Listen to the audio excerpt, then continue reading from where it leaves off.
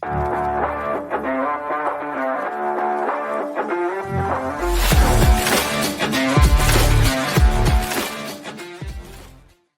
is another episode of the Juice on the Cuse podcast. Wes Cheng alongside Jim Stechshulte. Thanks so much for joining us on this Monday, January 13, 2025. We've got so much to talk about as always. We begin today's show with the Syracuse basketball team. They went on the road and knocked off Boston College for their second straight win, 79-71. Jim, I know you have a lot of thoughts on this game. Where do you want to start? I think we should start to the newest and most impressive addition to the starting lineup. I've been harping on the observations in the post games from the last couple wins for the Orange. Lucas Taylor has been a big plus for the team, and frankly, he's outperforming what my expectations were when he got added in the transfer portal. He was, I think, certainly for me. I don't know how for everyone, but he certainly seemed like he was like just kind of an additional piece, maybe a back end rotation player. But he's been a revelation. Last 6 games, excuse me. He's been averaging 30 minutes a game, and he's had double-digit points in his last 4, boosting his average up to 11 points a game in that time. And it's a very efficient very efficient numbers. He's only averaging 7 shots a game, but he's shooting almost 55% overall and 50% from 3 in that time. And he's also, frankly, been the closest thing this team has to a defensive stopper. He's been getting the bulk of the minutes at the wings, either as the 2 or the 3, depending on who's paired up with him. But he's been a really important part for the team and how they've put these back-to-back wins together. Yeah, so I want to echo what you said about the Lucas Taylor, the much maligned Lucas Taylor. And I think you looked at the 6 games, but I think since the 4 games since the holiday break, I want to give you some statistics because he's shooting 56% from the field and then 9 for 20 from downtown. And I know you mentioned he's over double digits, but in the last 4 games, 12.7 points per game. And he had 15 points on 4 for 6 shooting in 37 minutes against Boston College. And as you mentioned, really turning into their best perimeter defender. So really impressive effort from him. And, you and I were texting back and forth as we were watching the game. But when Boston College took that 54-46 lead with about 9 minutes to go, I think I texted you something along the lines of, well, that was a decent effort for about 3/4 of the game. But what really impressed me is Syracuse not only lays down the screws on defense, but their offense really starts clicking in that last quarter of the game. So obviously a lot of things to work on. I'm not saying that Syracuse is back by any means, but given how poorly the season started, winning 2 in a row in the ACC, certainly a good sign for this team. Yeah, Boston College and Georgia Tech aren't the stiffest competition they're going to see in conference play. But like you said, it's 2 wins. It's a confidence boost. It's, and especially with the way they played down the stretch in the BC game, being able to pretty much score at will, over the last 9 minutes of that game. I think it's a big confidence building opportunity for them. I do want to say that, one thing that happened in that run was Kyle Cuff had 10 points in that span. He had not scored previously to that in the game. And so I think it's Cuff's play right there. It's not something you can count on, but what you can count on is Adrian Autry's rotation should be just in quotation marks.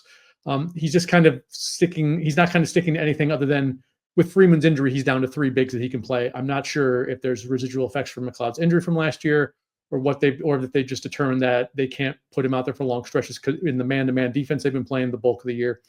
But so it's just, for right now, the bigs are just Lampkin, Davis, and Nestorovic. But for the wings particularly, it's just kind of who's making shots. And I think, like I said, Cuff had 10 points in that run to close the game against BC. In the Georgia Tech game, Chris Bell had 13 points, and he was the only player to score off the bench. And he got, I think it was close to half the total minutes of bench players in that game. So it's clearly Autry just kind of cycling through guys and looking to see what happens. For this next game tomorrow against Louisville, I don't know who to count on at that small forward or shooting guard spot to go along with Taylor. I mean, if Elijah Moore comes out and hits 2 shots in his first, if he starts again and hits 2 shots in the first 6 minutes of the game, I'd expect for him to get a lot more play just because it's like, okay, he might be the guy tonight to help us play well. So, Jim, we move on. Kyle McCord announcing on Friday that he's heading to the NFL. He will not wait on his waiver for a 5th year of eligibility. McCord obviously having a historic season at Syracuse, throwing for 4,779 yards, setting a single-season ACC record, setting school records across the board in yards and touchdowns, among other categories. Jim, how big of an impact is that for Syracuse heading into 2025, and where do you expect him to be drafted? Well, obviously, it's a big loss. Anytime you lose your starting quarterback, especially one who plays as well as McCord, it's a big hit. The one thing that gives me a little bit of hope about it is, since McCord was brought in so early last year, they were able to tailor the offense to what he does well. I remember very shortly after Fran Brown's open, media appearance after accepting the job, someone asked him what his offense was going to be, and he said, "Whatever they can't stop." Which, as I mentioned to you, I'm sure many times, that is not a real answer. But as it turned out, not a lot of people could stop the Syracuse offense with McCord. But I think when you look at McCord's strength as a player, we talked about it many times this year, his accuracy and his intelligence, understanding of the play and what the defense is presenting him for the look, and basically to be able to run that offense, they tailored the offense to him, making it a short pass ball control offense that fit in with his strengths. He's not a superstar athlete. He doesn't have a rocket for an arm, but that was the way it worked out for him. And it was obviously very effective.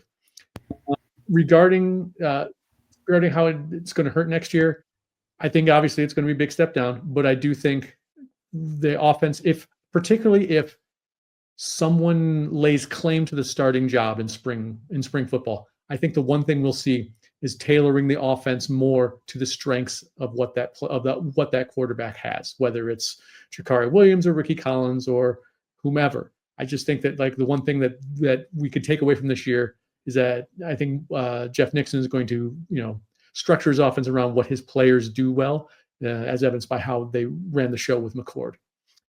Yeah, so Jim, Syracuse needs to make a decision, right? Because by all accounts, Syracuse had set aside over $1 million of NIL money to keep McCord for a fifth season, should that waiver have been granted. And now that money can be spent elsewhere. And we talked about this, but given all the portal transfers in the defensive secondary and also needing reinforcements on the defensive line, I think that's an important place to put money to. The other question is, how happy is Syracuse with their quarterback room? You mentioned Jakari Williams, Mike Johnson Jr., transfer Ricky Collins coming in from LSU. And then you have freshmen Luke Carney and Rich Beelan, who are both on campus now as early enrolled freshmen. So most of the top portal quarterbacks are off the board. You talked about the top 75 quarterbacks in the portal. They're all signed somewhere. So you'd have to wait till the April portal to see if there's another quarterback worth taking. I could see Syracuse taking a flyer on a quarterback in April, but my understanding is that Syracuse likes what they have in their quarterback room currently. So I'm not entirely sure they go into the portal after losing McCord. Yeah, and what you say about having to wait till the April portal makes a lot of sense, because if they like the guys in the room now, they must expect one of them to be the guy who's going to lay claim to the starting job, or maybe two guys who are they decide, well, they're going to have to compete in fall camp too and to make a decision. If that's the case, I don't think they're going to go in the portal either, because, if they are waiting for April, it really suggests that the quarterback room is in a lot worse shape than what they think now. Obviously, if someone gets injured in spring ball or something like that, that's a different variable, but that's, a road to cross when it presents itself. But until that time, I do think that they should probably focus their NIL efforts on other positions, maybe holding a little back, because at the same time, if someone who does appear in the April portal is not going to be someone who has a massive ask, because if someone who enters the portal in April, there's some sense of disappointment there, however things didn't work out, where they thought maybe they would win the starting job at their previous school and end up not in their spring ball, or however it works out. It's not going to be someone who's a top candidate, but it might be someone who the staff views as an improvement on their options in the quarterback room. So we're going to take a quick break. Tyler Marona will join us when we return. This is the Juice on the Cuse podcast.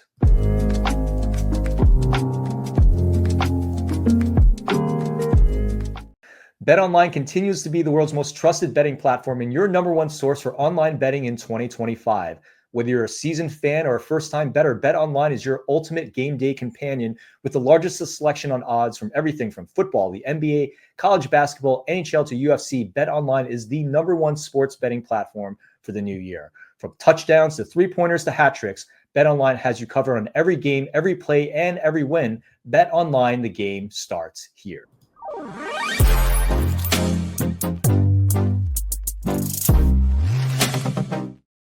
We're back here on the Juice on the Cuse podcast. Wes Cheng here with you. We welcome on our great friend, former Syracuse defensive lineman, Tyler Marona. Tyler, thanks as always for coming on. How's it going today? Doing well, man. It's freezing cold in Houston, Texas. Would have never thought I would have said that. And I know I give the weather update every time I'm on, but I just have to. So there's that. And I want to start off by saying, Tyler, I know that you're from Southern California. I'm showing my support here for Los Angeles today. So I really hope that everyone in your family is safe. Yeah, they're doing well. Thank the Lord. It's been unbelievable to know that my hometown of Pasadena, California, the main street of Lake Avenue is completely gone. Thankfully, my family and a lot of my loved ones are unscathed, made it out. It's unbelievable. I went through a tornado and a hurricane here in Houston, and then my family is going through the wildfires now. So it's been a challenging year. So I'm really ready to get 25 going and move past it. So thank you for the love and the shout out. Yeah, sure. Let's talk about some happier stuff, and I want to talk about Syracuse football. We last had you on the podcast in April. There was a lot of excitement around football then. It turns out we were both right to be excited. 10-3 this season. What was it like for you as an alumni of the program to see something like that? It's awesome. I mean, I think my boldest prediction when we ended the show last time was that Syracuse would play SMU in Charlotte, and I made 50% of my of the bargain.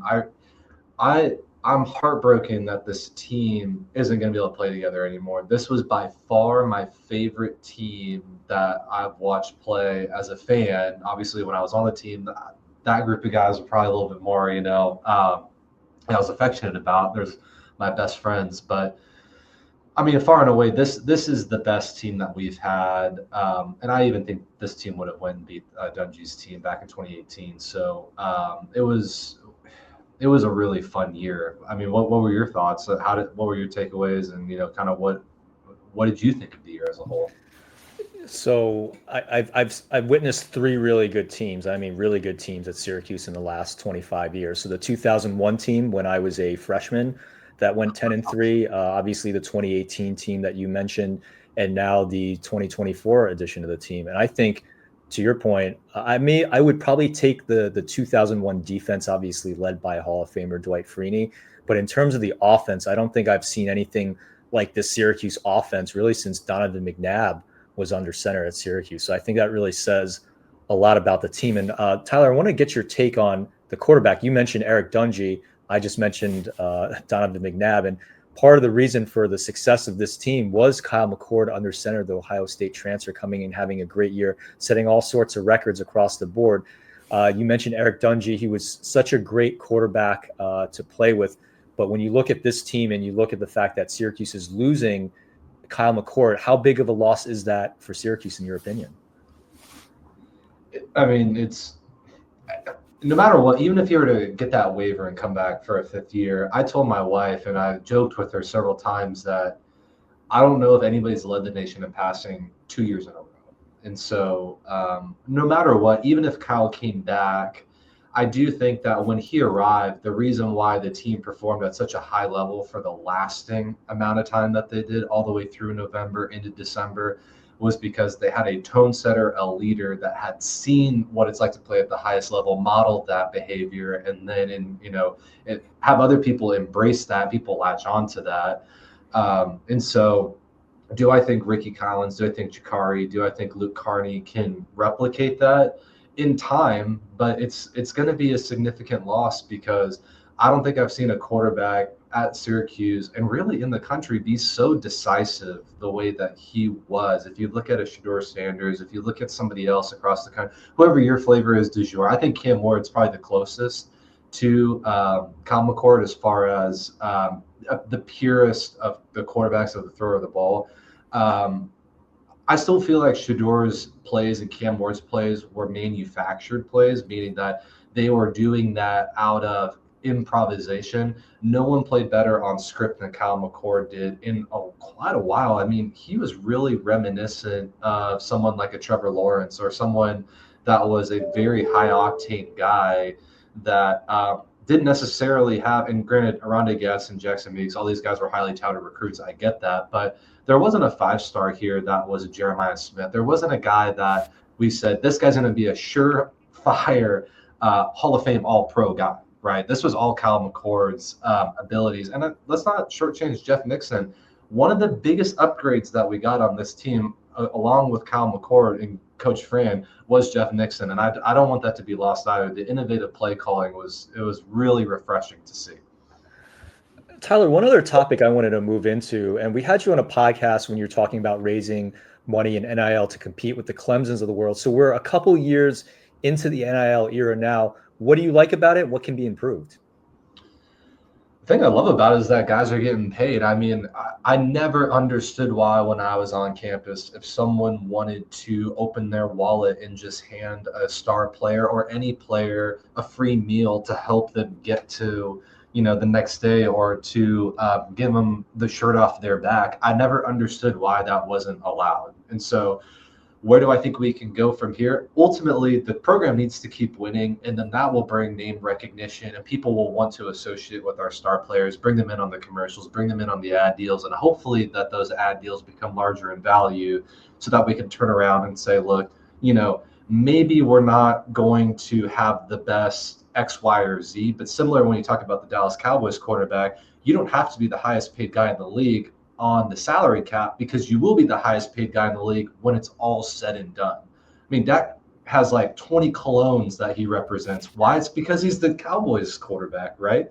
And that's who people want to associate themselves with as a brand name. But where can we go? I think that ultimately winning raises all ships. I think that you're familiar with this. When the Golden State Warriors were clicking, it was because that they were winning so much, the personalities meshed, and as soon as the winning subsided, they stopped winning, and it was instant. And so I really think we finally have the right guy at the helm. Innovations as far as how we ask for that money is always going to be important. The dark party, some of these things that aren't just, hey, let's hold the let's pass the hat, give more until it hurts, and then give after that. I think that it needs to be a little bit more innovative on how we ask and why we're asking more than once. So Tyler, you and I were texting before the show, and and one of the questions you had was what you thought of my outlook of the program moving forward. Certainly NIL being a part of how that plays into it, but also recruiting. We were talking about recruiting. So Syracuse, not Florida State, they're not Texas, they're not Ohio State. They can't just pluck 5 stars from their backyard.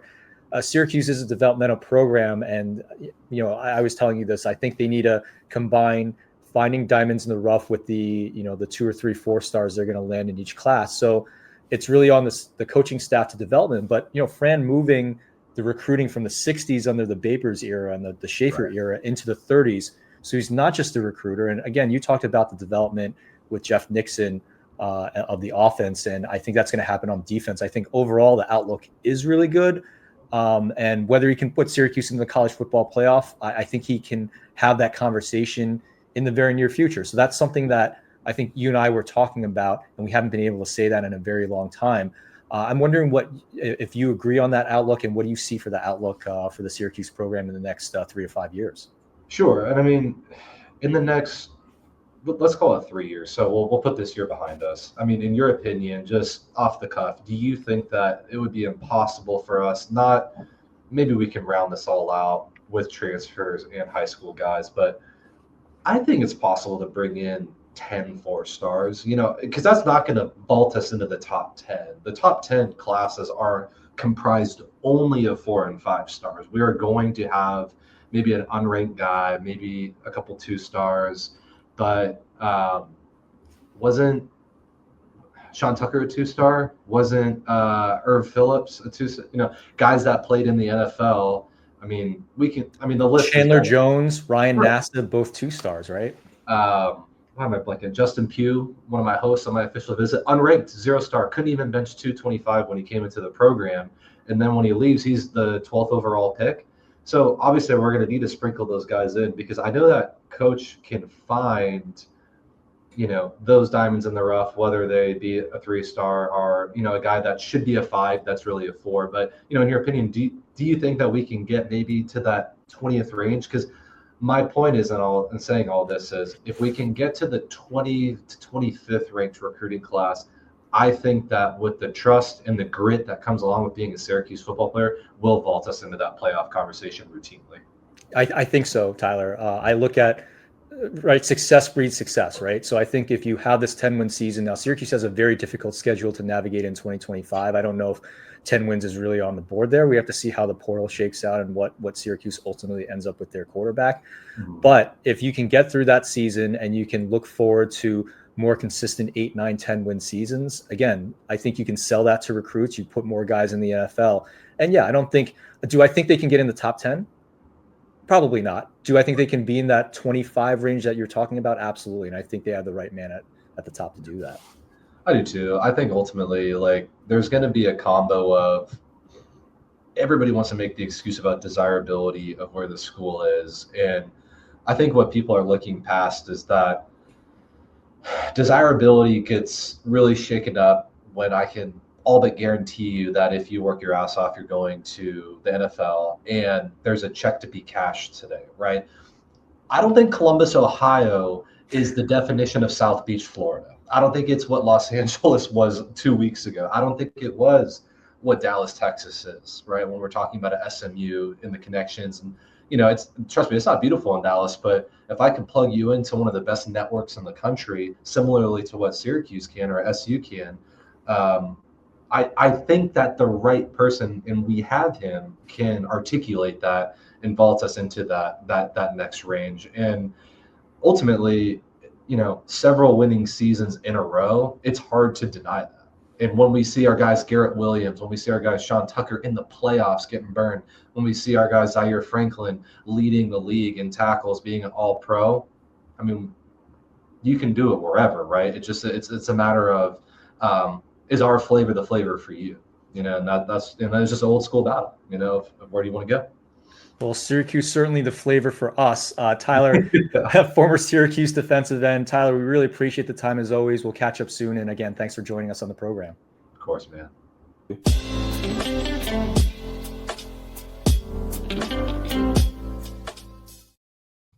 Back here on the Juice on the Cuse podcast, Wes Cheng alongside Jim Stechshulte. Jim, wanted to close the show on 2 recruiting notes. Syracuse picked up 2 2026 commitments over the weekend from wide receiver BJ Garrett, offensive lineman JoJo White. The Juice Online had a chance to speak with 2 of them about their commitments. White telling the Juice Online that Syracuse, quote unquote, made him feel like he was already at home.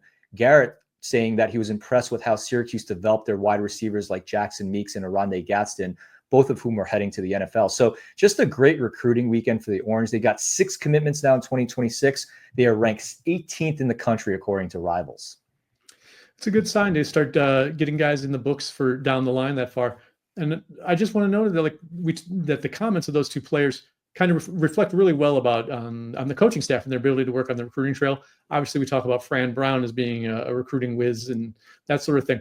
But I think the comments being different from those 2 players kind of underscore what the staff does. One of them talking about the off-field fit at Syracuse, and the other talking about the on-field development as a player on the field. It feels like it really does feel like they're recruiting the player as a whole person, but whereas they can balance, both the on-field development and the off-field, relationship kind of thing, almost creating like a nice work-life balance for kids as they're trying to recruit them to come to SU. Well, work-life balance, it means that we got to get back to our work. So that's it for us. For Jim Stechshulte, this is Wes Cheng. You've been listening to the Juice on the Cuse podcast presented by Believe in Rivals, and we will see you next time.